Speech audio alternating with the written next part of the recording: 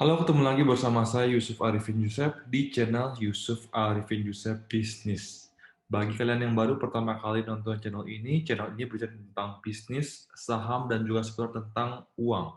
Dan hari ini saya akan update mengenai seputar tentang saham di minggu ini di bulan Oktober 2020, di pertengahan bulan Oktober. Dan langsung aja kita ke monitor, ke screen.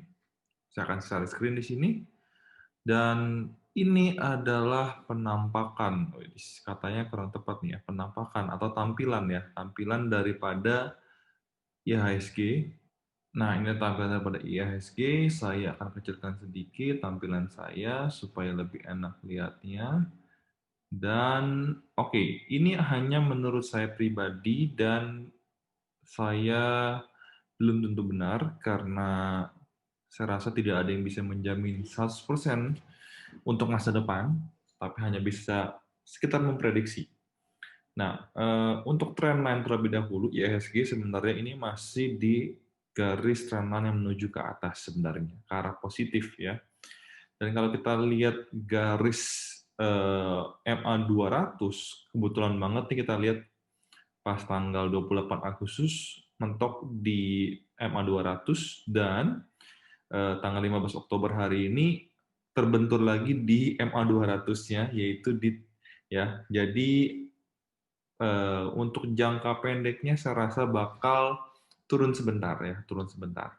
Tapi garis tren ini tidak akan berubah menurut saya, tapi akan turun terlebih dahulu baru naik. Nah, ini adalah pandangan saya pribadi. Kenapa menurut saya bisa turun dulu? Karena satu ya, ini IHSG dari tanggal 5 Oktober udah 8 hari naik berturut-turut. 1, 2, 3, 4, 5, 6, 7, 8. 8 hari naik berturut-turut.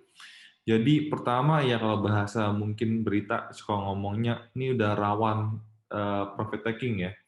Ya, oke. Nyataannya ya hari ini bukti merah dan merahnya cukup banyak ya sekitar 1,37%. Dan saya sudah eh, memprediksikannya sebenarnya ya, kurang lebih ya dari saya pribadi ya antara kemarin atau hari ini ternyata hari ini baru eh, turun ya. Dan kalau kita ngelihat di sini kenapa saya pilih turunnya begini, saya akan coba ambil garis yaitu Fibonacci. Ini mungkin ada beberapa garis saya bisa hilangkan terlebih dahulu. Oke, ini dua garis yang akan hilangkan terlebih dahulu. Lalu saya akan tarik Fibonacci dari bawah sini, ya kurang lebih aja ke atas sini. Nah, maka garis Fibonacci 38,2% itu ada di angka kurang lebih di angka 5 ribuan ya. Kita tahu biasanya IHSG itu ya kita ngomong biasanya kalau ke arah 5.000 ke atas ya berartinya udah mungkin ke arah uptrend, sedangkan 5.000 ke bawah akan kita ngomong sebagai downtrend. Nah, menurut saya untuk ke 5.000 berarti bakal mengalami tren yang cukup parah kalau menurut saya. Cuman mudah-mudahan enggak. Saya sih berharapnya cuma turun sampai sini. Jadi skenario pertama menurut saya dia akan turun ke Fibo 38,2 di sini ya, itu sekitar di 5.045. Jadi ya mungkin turun sekitar berapa persen lagi kita lihat di sini. Turun sekitar IHSG bakal turun sekitar 1,21% lagi kemungkinan. Nah, ini ada garis apa? Garis ini adalah sebuah gap yang belum ditutup saat melakukan kenaikan. Kita lihat nih. Jadi ada gap kecil, sebenarnya gap kecil ya, yang dilewati begitu aja waktu itu tanggal 12 Oktober tiba-tiba naik langsung tanpa menutup gap ini. Dan tanggal 13 Oktober sebenarnya waktu itu sempat turun ya, udah naik habis itu turun lagi buat tutup gap tapi tidak berhasil gapnya. Jadi ya hari ini udah harusnya koreksi udah 8 hari lah gitu ya. 8 hari koreksi dan menurut saya ya harusnya sih turun lagi gitu, turun lagi. Nah, ini saya gambar tadi mungkin pas tadi siang turun, cuman benar hari ini pas penutupan sore hari ini turunnya kurang lebih di 5.103 ya. Ya, tadi saya gambar ini siang itu di sekitar 5.141. Jadi menurut saya bakal turun ke sini, bakal ke area 38% Fibonacci, dan itu skenario pertama. Skenario kedua mungkin, gambar ulang aja lah. Skenario kedua mungkin menurut saya kalau parah banget ya, kalau parah banget, mungkin skenario kedua adalah seperti ini. Ya tanggung di sini lah, tadi kan udah gambarnya siang, mungkin bakal turun ke sini, ya baru ke area sini. Ini skenario kedua, kita gambarkan dengan warna yang berbeda, itu warna orange mungkin boleh. Nah, kita tahu kalau Fibonacci ada 61,8 itu adalah angka yang sangat apa ya? Sangat sakti lah kita bisa ngomong. Ya mungkin skenario ketiganya ada di sini. Kita ubah dengan warna merah. Jadi kalau menurut saya ini adalah hukum probabilitas, ya tinggal lihat mau Anda masuknya di mana ya. Jadi saya berharap sih turunnya nggak banyak-banyak amat. Saya berharap turunnya ini ambil skenario pertama gitu loh. Karena saya masih ada beberapa saham yang ya tentu saya nggak banyak, saya masih ada simpan cash, cuman saya berharap ya turunnya tidak terlalu banyak, habis itu naik lagi. Tapi secara garis besar menurut saya ini masih koreksi yang wajar ya, koreksi yang wajar. Nah berikutnya saya akan menggambarkan, tadi saya ada hilangkan 2 garis ini ya. Ya, ini menurut saya adalah support ya, support dan resistannya. Oke, ini saya akan hilangkan kembali. Ya, hilangkan kembali nih. Kita bisa lihat ini adalah garis support, jadi menurut saya ya nanti mungkin ke arah sini ya. Kalau 61,8 berarti di arah sini nih. Ya. Jadi kalau ini berarti menembus daerah 5.000. Tapi saya berharap sih di pas di 5.000, mungkin turun sedikit lah ya. Oke, itu untuk IHSG. Mudah-mudahan ini sebagai apa ya, pembelajaran saja sih. Oke, selanjutnya kita akan ke beberapa saham terlebih dahulu, dan beberapa hari ini lumayan apa ya, beberapa saham banyak yang drastis ya kenaikan atau keturunannya. Kita lihat deh, yang minus paling banyak itu hari ini BRIS. BRIS kita tahu bank BUMN, beberapa bank itu sedang merger ya. Jadi 2 hari ini naiknya cukup dahsyat, udah 2 kali arah, yaitu di kita bisa ngeliat nih, dia plusnya berapa nih? Plusnya 25%, 24,89, dan hari ini minus 6,676 ya. Jadi kalau kita lihat dari pagi itu sebenarnya di bawah naik dulu sini, Anda masih bisa profit 5%, tapi berikutnya langsung dibikin turun lagi ya. Dibikin turun lagi begini, jebret. Turun 18%. Jadi kalau Anda tadi pagi beli di harga open, ya sampai closing hari ini udah minus 18%. Itulah kenapa saya nggak suka saham yang seperti ini ya, terlalu volatile bagi saya ya, resiko terlalu besar. Mendingan saya yang profitnya dikit-dikit tapi tenang, tidur bisa tenang gitu. Nah, kenapa dia hitungannya cuma minus 6,76? Itu diambil karena adalah harga close kemarin ke harga close hari ini, ya kurang lebih di daerah sini. Jadi dia ngambilnya begitu, jadi 676. Padahal kalau ada harga beli buy di sini, minusnya udah 18%, gitu ya. Nah di sini ada gap yang belum tutup, jadi ya menurut saya prediksi ya akan turun ke arah sini. Bahkan kalau menurut saya ini pertama yang minus 14,29, jadi kan ya dia harus kalau mau arah di sini dulu nih 6, sekian nih. Ya kan dia bisa baru bisa arah di sini gitu ya. Nah, mungkin akan turun lagi ya, akan turun lagi begini. Karena dia nggak bisa langsung turun begitu banyak kan. Harus turun dulu ya. Gitu. Habis itu dia belum nutup gap juga, jadi dia bakal turun lagi. Ya. Jadi menurut saya overall mungkin dia akan balik ke area sini. Area support dia sebelumnya, kalau kita lihat sama nggak nih ya? Saya ketutupan ini, saya lihat dulu. Ya, belum ya. Ini kurang lebih sini ya. Mungkin saya berharap aja turunnya nggak 4 kali, turunnya cuma 3 kali itu ya untuk BRIS. BTW saya nggak beli. Inco sama ada gap belum tutup ya. Kemarin juga naik gila-gilaan. Ini sahamnya kita bisa ngeliat nih kalau Anda sedap banget nih ya. Jepret. Wah, satu hari 24,3%. Nah, terus hari ini ya minus 5,49, cuman kalau Anda pas beli di open ya minusnya sekitar 7,88. Ya, BTW Inco menurut saya bakal turun lagi buat tutup gap ini. Ya. Habis itu berikutnya saya saham beberapa yang saya watchlist aja ya. Wood, Wood cukup bagus nih menurut saya ya. Kenapa? Menurut pandangan saya pribadi, di sini aja kayak lebih enak biar nggak ganggu-ganggu nih. Wood, kalau kita gambar garis trend line-nya, ini agak kurang tepat ya, tapi kurang lebih aja lah ya.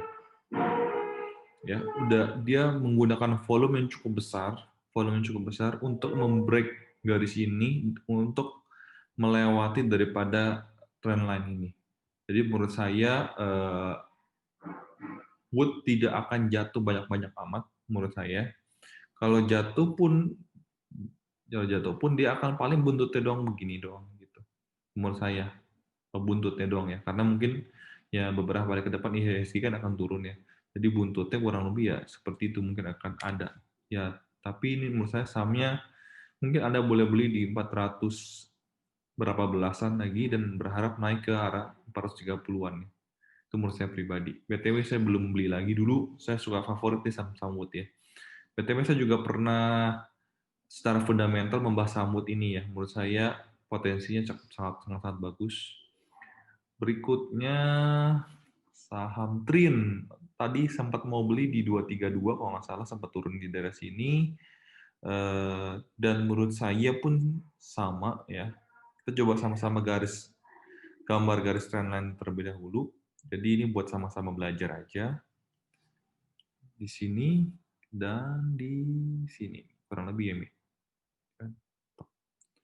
Garis ini break cukup besar, ya, menggunakan volume yang cukup besar untuk membreak garis trendline ini. Jadi menurut saya hari ini ada koreksi yang cukup wajar. Jadi menurut saya boleh kalau dia besok turun lagi, ya, kalau dia besok turun lagi, Anda boleh akumulasi ya di daerah sini nih Anda boleh beli nih. Jadi mungkin ini saya ubah sedikit. Ya, jadi Anda boleh beli di daerah sini. Ini adalah risk and reward kalian. Ya, jadi profitnya sekitar ya mungkin sampai ke area sini ya 8%, stop lossnya cuma resiko cuma 4,35%.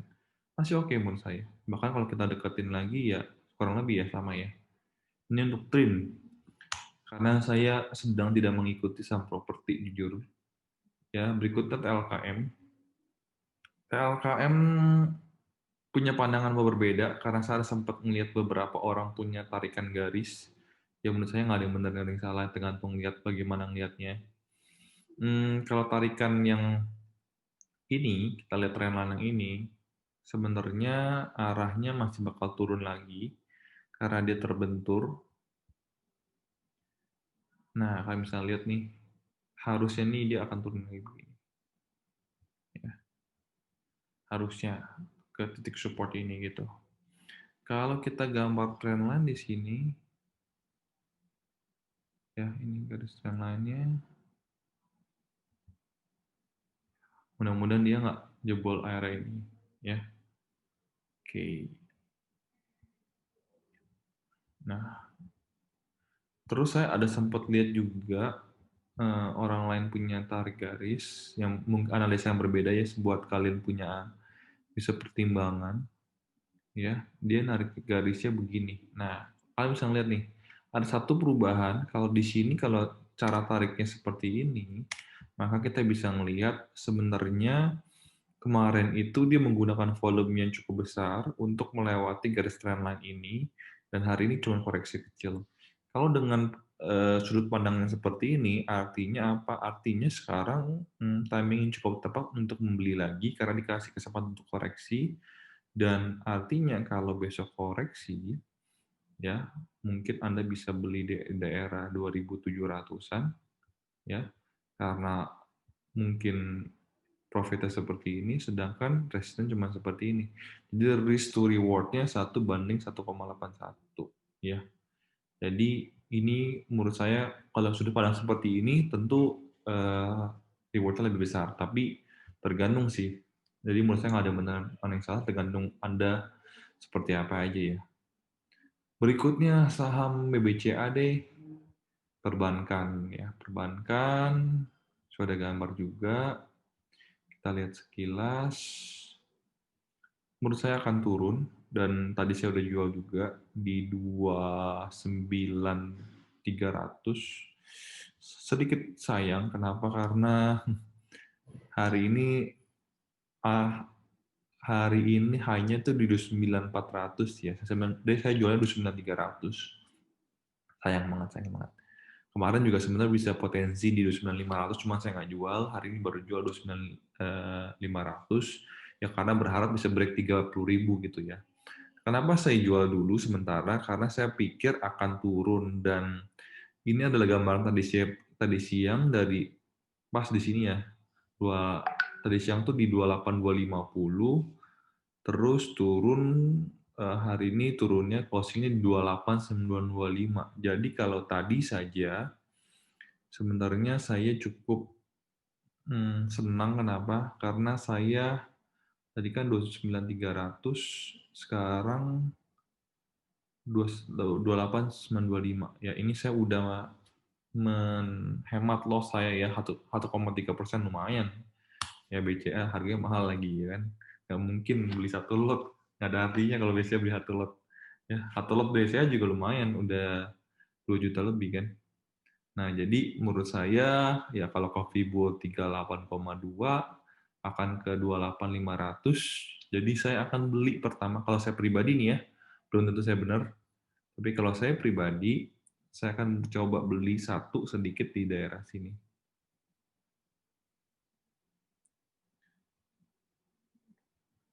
Nah, saya akan beli di daerah sini.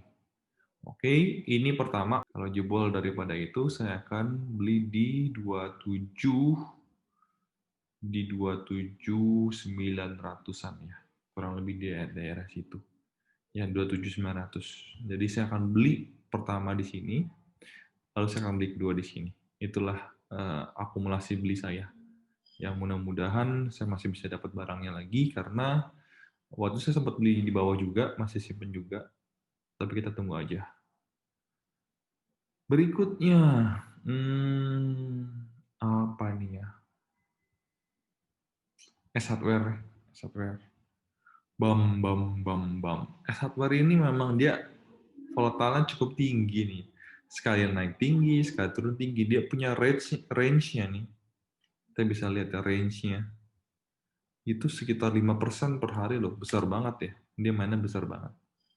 Jadi ini menurut saya juga ya, kurang lebih satu hari bisa sekitar 4-5%-an.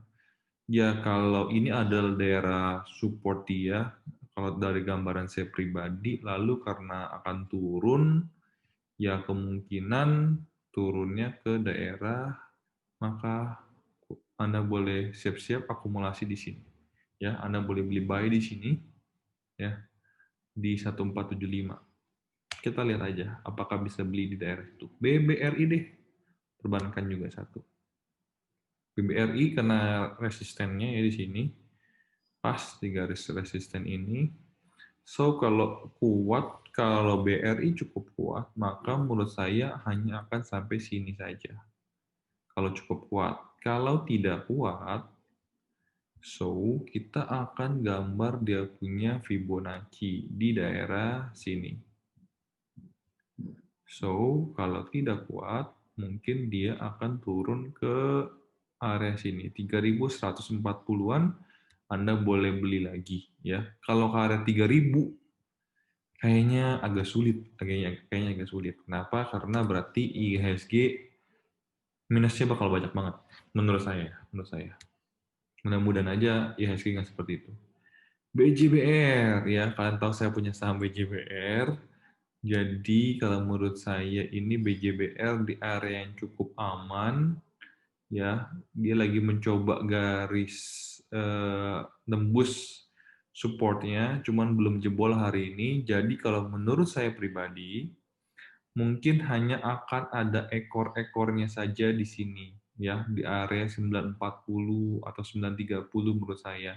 Tidak akan ke area 880 lagi, kalau menurut saya pribadi ya. Ya karena menurut saya kan sekarang sedang berarah ke trend in atas gitu ya, sedang uptrend. Jadi turunnya koreksi dikit, nggak terlalu banyak. Itu harapan saya. Ya mudah-mudahan saya benar, mudah-mudahan saya benar. Berikutnya era, oh ini era udah diombang-ambing nih. Wih, udah lama saya nggak ngeliat era ini ya, udah lama banget ngeliat era. So, kalau kalian bisa coba cicil, nanti dia tunggu di era sini aja support ya. Anda bisa lihat. Ya, oke. Ini udah berapa kali nembus nih? Kita bisa lihat ya. Terus Ali saya belum ngomong ya. Ini saya ada sempat nulis juga nih hari ini, sempat iseng ya. Menurut saya Ali bakal turun ke area sini, ke area 9750. Jadi saya akan menunggu Ali sampai turun dulu ya. Habis itu mungkin baru beli lagi. Ini kalau kita lihat gambar garis atas kedua, ini lagi menuju trenan yang sedang turun ya, sebenarnya sedang turun. Jadi menurut saya ya mengkonfirmasi dia akan turun. BTW beberapa kita bisa ngelihat dengan stochastic juga di sini ya. Ini juga sedang turun nih, kalian bisa lihat sedang turun nih. Ya udah masuk area untuk overbought. Ya udah masuk overbought ya. Nah, berikutnya menurut saya yang boleh dipantau, yang saya suka juga dan saya sudah beli juga hari ini itu Mika. Yang Mika ini saya mau kasih tahu dulu, ini saham yang benar-benar aneh karena dia melawan arus. Kenapa saya melawan arus? Yang ngomong begitu ya. Kita coba lihat IHSG dulu deh. IHSG kapan minusnya kemarin? Ya, kita ngelihat IHSG ini dari tanggal 15 kan turun terus ya, sampai 24. Sampai ini deh, sampai 30. Dari 15 sampai 30 IHSG turun. Kita lihat Mika. 15 sampai 30. 15 di sini nih, 15 sampai 30. Lihat nggak? Arahnya tuh ya dia tuh naik. 15 di sini kita lihat, 30 di sini kan. Tuh, closing di atas. Ini naik, lihat nggak? Ini aneh ya. Jadi kita lihat Mika itu sedikit melawan arus dia. Bandingnya sama tadi IHSG, coba lihat ya. IHSG 15 di sini kan, closingnya di sinilah. 30 ada di sini. Kan minus, ya kan turun kan arahnya, tapi Mika naik. Nah, jadi saya suka Mika ini. Saya beli juga di 2.700, cuman harus siap-siap kalau pasang stop loss-nya. Kenapa? Karena stop loss di Mika ini dia sedikit apa ya?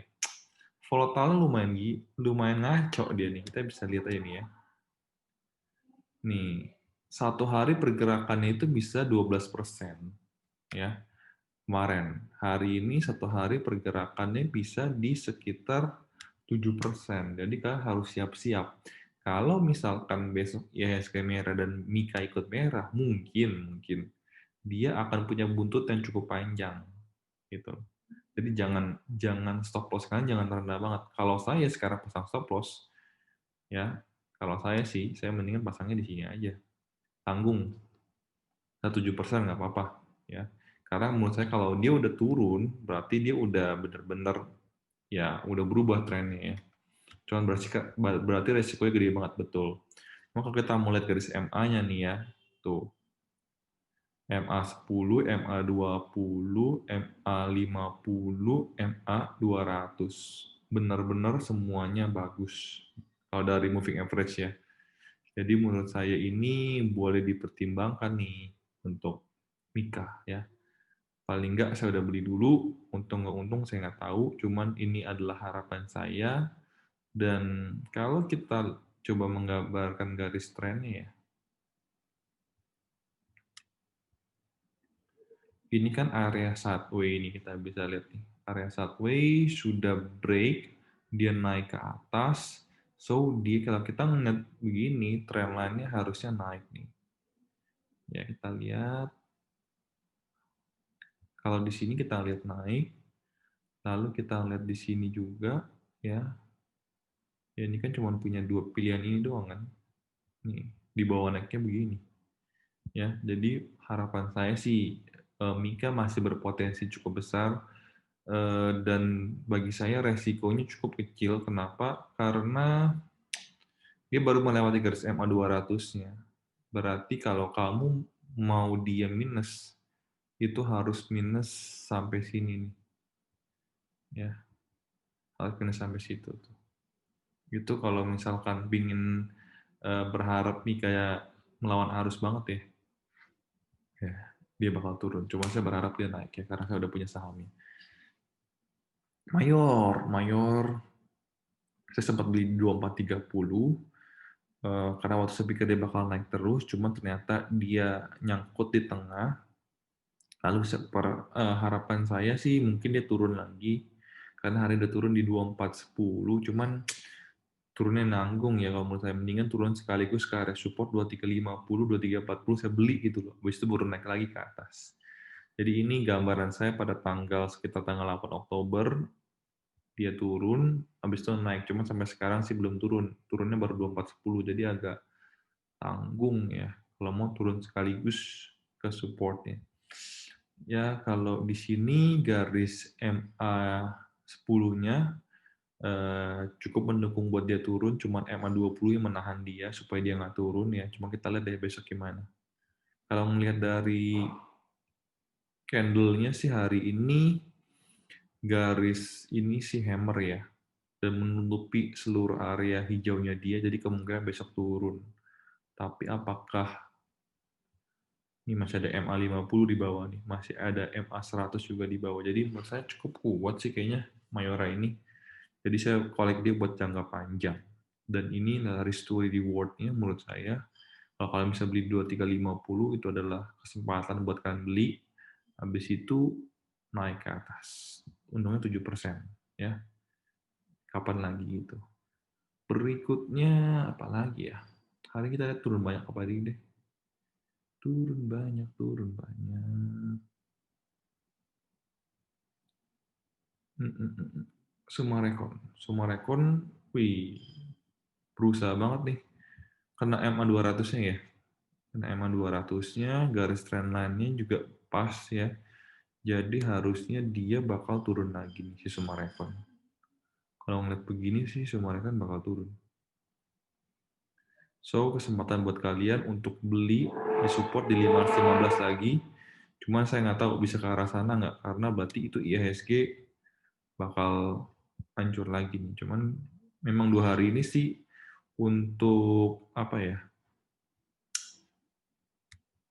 Untuk saham US market memang sedang minus juga.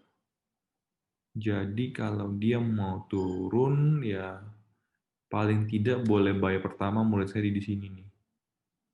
Ya, buy pertama di sini di 565.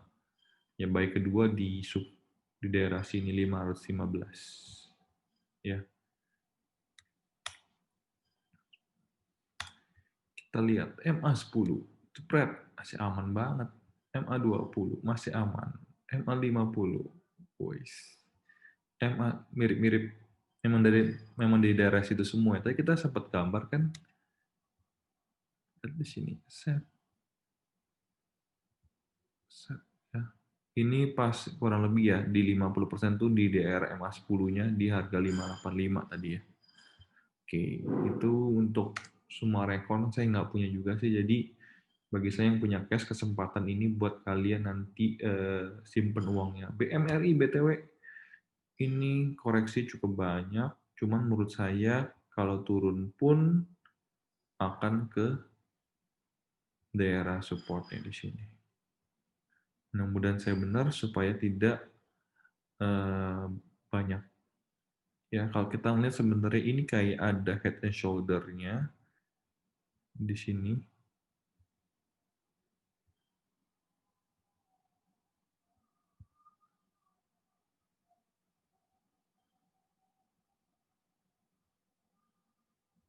Ya, ada head and shoulder, lalu dia break neckline, nanti reversal ya. Reversal coba naik. Ya, jadi menurut saya ini adalah garis neckline yang cukup boleh diuji menurut saya. Dan harusnya saya berharap sih tidak melewati daripada garis neckline ini. Kalau nggak berarti BMRI akan downtrend lagi. Kalau kita gambar trennya,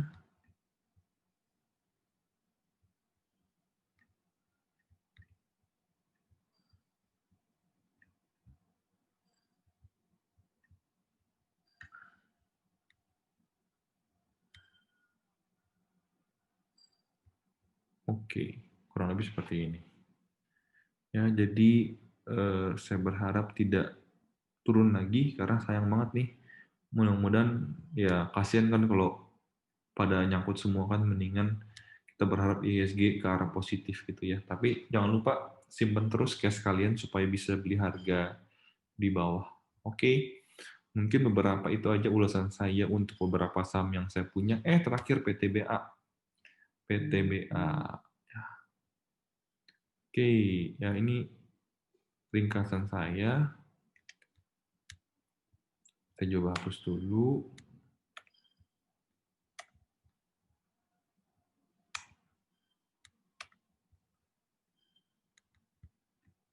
Ya, PTBA saya sempat 1965, waktu itu saya beli di sini berarti 1965, dan kena resistennya turun lagi ya, kena turun lagi. Jadi ya kalau misalkan dia turun, kalian boleh buy di sini. Kenapa? Karena ini PTBA adalah potensi high dividend ya. Jadi saya juga kalau saya bakal beli lagi sih kalau sempat turun ke sini ya. Kesempatan lagi. Kemarin saya baru beli sedikit doang gitu. Kalau saya pribadi, ya saya berharapnya dia begitu, lalu saya berharapnya dia naik lagi. Ini harapan saya, naik lagi, saya akan beli di sini, lalu dia naik lagi ke sini, dia breakout, saya akan beli lagi, dan berikutnya saya udah nggak tahu deh. Nggak sampai begitu, saya cuma buy saya di 1, di 2, dan 3 itu adalah area buy saya. Oke, sekian video kita hari ini untuk analisa teknikal di beberapa saham yang saya analisa. Mudah-mudahan video ini bermanfaat.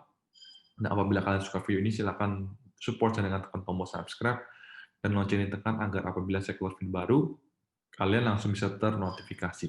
Sampai ketemu di video berikutnya. Bye-bye.